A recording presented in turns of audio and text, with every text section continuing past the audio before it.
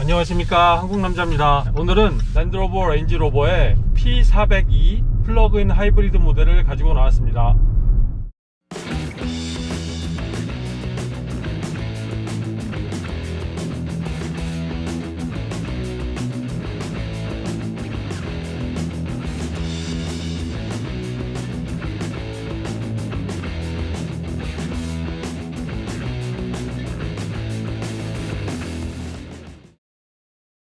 자, 오늘은 여러분이 잘 아시는 말도 많고 탈도 많은 레인지로버를 가져왔는데, 그 중에서도 가장 최근에 출시한, 어떻게 보면 레인지로버 중에 가장 따끈한 모델일 수 있죠. 물론 실제 출시한 지는 한 거의 1년여가 다 됐지만, 기존의 레인지로버랑 제가 지금 오늘 보여드리는 플러그인 하이브리드 모델이랑 어떤 차이점이 있는지 그 차이점 중심으로 해서 여러분께 설명을 드릴 예정이고요. 실내 공간이라든가 어떤 차의 모양새 이런 것들은 크게 오늘은 다루진 않겠습니다. 그러니까 플러그인 하이브리드 모델이 어떻구나 라는 거를 여러분께 알려드리는 시간을 갖도록 하겠습니다.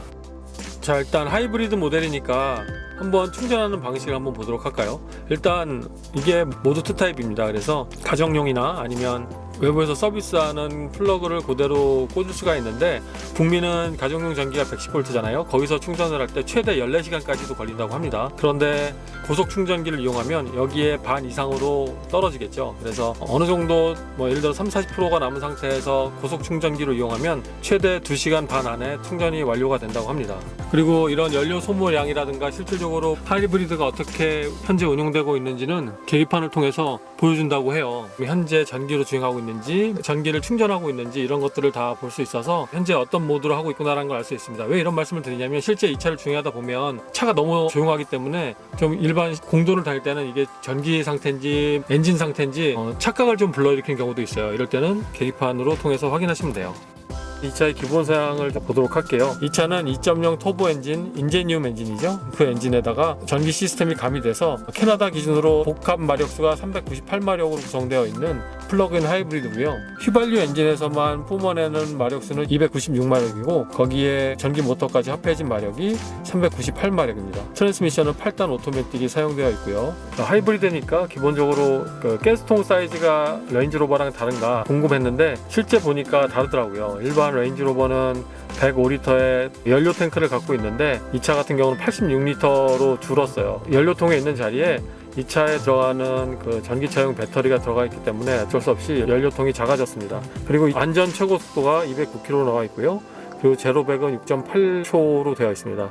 이 차의 무게는 2,500kg이 살짝 넘어요. 근데 일반 레인지로버는 가장 무거운 차인 5.0 엔진이 들어간 차 기준으로 말씀드리면 2,300kg가 조금 넘어갑니다. 그래서 실질적으로 대략 한 150에서 200kg 다른 레인지로버하고 차이가 나는 걸로 보이는데, 그만큼 그 무게감이 있는데도 불구하고 제로백 가속 성능도 괜찮고, 그리고 실제 이 차가 랜드로버에서 말하기는 전기로만 최대한 갈 수 있는 거리가 50km까지 갈 수 있다고 해요. 근데 100% 차징이 다 돼 있는데도 그때는 41km라고 표시가 돼 있었습니다. 그래서 그 부분은 주행할 수 있는 거리와 메이커에서 말한 부분이 좀 차이가 있지 않나라는 생각이 드네요. 이 차의 길이는 5m로 딱 돼 있고요.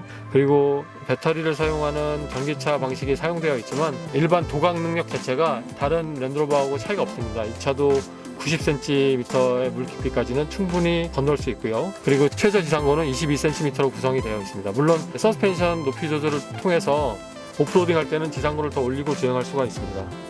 대부분의 전기차에도 적용되어 있는 장치지만 이 차에도 있어요. 그러니까 엔진을 시동하지 않고 차에 탑승하기 전에 실내를 히터를 통해서 예열을 한다거나, 그 예열을 통해서 겨울 같은 데는 좀 편안하게 운전을 시작할 수 있겠죠. 네, 그런 기능 이 차에도 있습니다. 레인지로버 플러그인 하이브리드에는 내비게이션 안에 현재 충전할 수 있는 곳의 위치를 다 파악해서 표시해 주고 있습니다. 그래서 그 부분도 운전자가 편하게 해주는 기능이고요. 그리고 얼마나 이 차가 조용한지 한번 소음기를 통해서 측정을 해보도록 하겠습니다.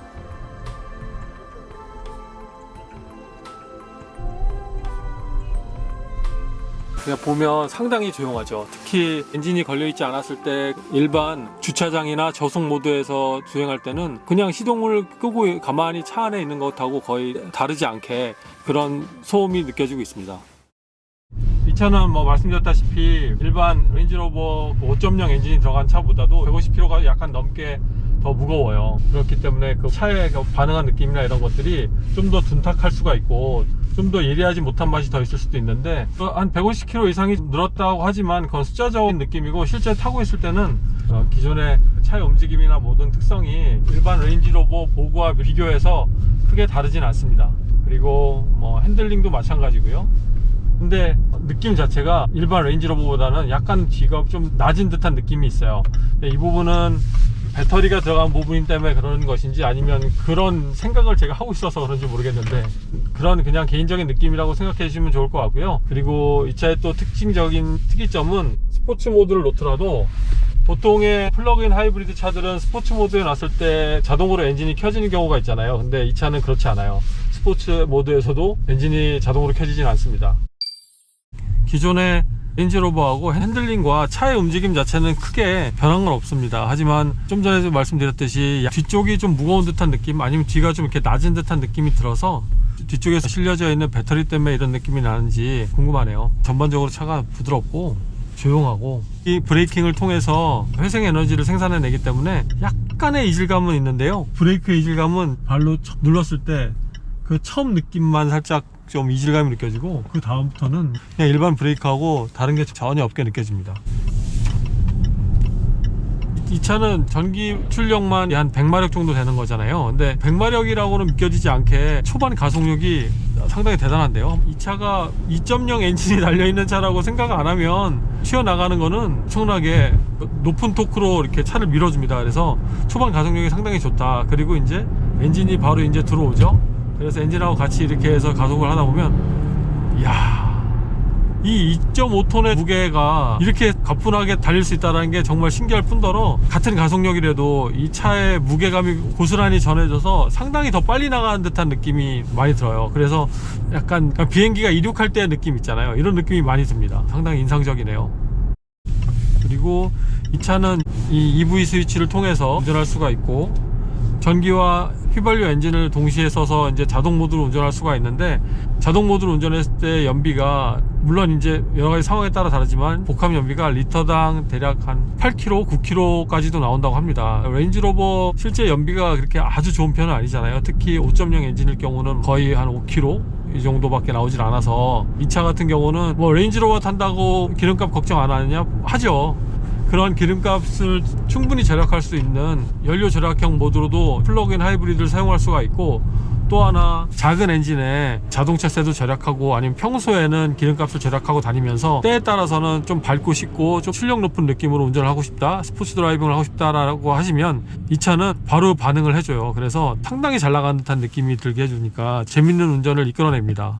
코너링이라든가 이 기타 차의 자세 제어, 움직임 이런 것들은 사이즈 자체가 크고 무겁다 보니까 일반 스포츠성이 강한 다른 SUV보다는 약한 부분이 없지 않아 있을 수 있지만, 다른 휘발유 엔진을 갖고 있는 레인지로버랑 비교해서는 그 운동 성능이나 차의 자세 제어 이런 것들은 거의 다른 것이 없게 느껴지기 때문에, 정말 이 부분은 전기차라고 하는 이질감이 그만큼 많이 제외돼서 출시가 돼서, 전기차야 아니야 이런 것만 따지지 않는다면 일반 연료가 들어가는 엔진을 그리워하시는 분도 이 차는 충분히 만족하지 않으실까라는 생각을 해보게 됩니다. 물론 고장이 없어야겠죠. 이거는 여담인데, 랜드로버 계열이 인포테인먼트 시스템이 2018년도에 바뀌었는데, 바뀐 회사가 블랙베리더라고요. 그 블랙베리도 인도 자본으로 넘어간 걸로 알고 있는데, 그때부터 잔고장이 많이 시작되지 않았나요? 여담이지만 한번 생각을 좀 해보게 되네요. 어찌됐든 자, 종합적으로 이 차를 보면 전기차에서의 이질감은 전혀 없어요. 그런데 언제 이질감이 생기냐면, 그러니까 엔진이 켜졌을 때는 그 2.0 엔진이 느껴져요. 발끝에서 갈갈갈 거리는. 그래서 오히려 이건 레인지로버스럽지 않다라고 말씀을 드릴 수 있습니다. 근데 그냥 악셀레이터를 계속 밟고 그냥 꾸준히 달릴 때는 전혀 그 느낌 없어요. 엔진이 들어오는 그 순간에만 그런 느낌이 들어온다는 거 알려드리고요. 그리고 차에 밟아서 나가는 느낌은 딱 말씀드리면, 레인지로버에 3.0 엔진이 들어가잖아요. 그 3.0 엔진보다는 좀 더 잘 나간 듯한 느낌이 납니다. 5.0보다는 좀 덜한 느낌이 나고요. 그 사이로 분포가 되어 있어요. 400마력의 느낌이 고스란히 차의 움직임에서 느낄 수가 있습니다. 그리고 브레이크는 밟는 초기에 약간의 회생에너지를 발생시키는 그 아주 초기 그 느낌만 말고는 느낌 자체는 일반 브레이크하고 다른 점은 전혀 없고, 그리고 브레이크의 성능 자체는 엔진만 사용되는 레인지로버보다 좀 더 차가 가까이 쓴다라는 느낌이 듭니다. 오히려 더 좀 이렇게 쥐는 듯한 느낌 느낌이 들어서 안정감을 주고 있어요. 그리고 또 하나 말씀드릴 부분은, 이 차는 제가 사진을 찍느라고 차를 운행을 안 하고 그 대신 여러 가지 이제 계기판을 찍어야 되기 때문에 시동을 걸어 놓은 상태로, 시동을 걸었다는 것 자체가 이제 차를 킨 거죠. 그때는 이제 전기 모드로 되어 있으니까 엔진은 돌아가지 않고 전기 모드로 시동을 킨 상태로 촬영을 했는데, 대략 한 40-50분 정도 촬영을 했는데도 불구하고 20% 가까이 배터리를 사용하게 되더라고요. 그래서 여러분들도 의외로 막히는 길을 많이 주행하거나 아니면 차를 주행을 안 한 상태로 전기를 온을 해놓고, 예를 들어서 뭐 한강 둔치 이런 데서 데이트를 하신다 그러면 주행 가능한 거리는 많이 줄어듭니다. 그거는 참고하시고요. 특히 한국은 그 배기량별로 자동차세를 내게 돼 있잖아요. 근데 이 차는 딱 2000cc니까 정말 적은 세금을 내면서도 효율을 좋게 차를 운행할 수 있는 차인 걸로 보여요. 내가 악셀 페달을 조절함으로써 엔진을 켜고 다닐 수도 있고 일반 전기로도 주행할 수가 있고요. 그리고 실제 주행하면서도 브레이킹이나 회생 에너지를 이끌어냄으로써 고속도로 같은 데서는 자체 충전이 좀 용이하게 이루어지고요. 주행 중의 소음은 고급 SUV의 평균적인 수치를 보여주고 있고요. 근데 오히려 바닥에서 온 소음보다 엔진이 켜졌을 때 그 2.0L의 약간 그 느낌, 이런 것들이 약간 귀에 거슬리는 느낌으로도 다가올 수 있을 것 같아요. 근데 차는 정말 잘 나갑니다. 악셀을 밟으면 어느 순간에도 이 차가 그냥 바로 이렇게 튀어나갈 정도로 가속력이 좋아서, 이 렌지로버를 타면서 어떤 가속감을 즐기고 싶을 때는 이 차가 또 안성맞춤이라고 생각이 들어요. 일반 시트 포지션이라든가 실내 공간은 다른 레인지로버하고 또 다른 점이 전혀 없어서 이번 리뷰에서는 다루지 않기로 하고요.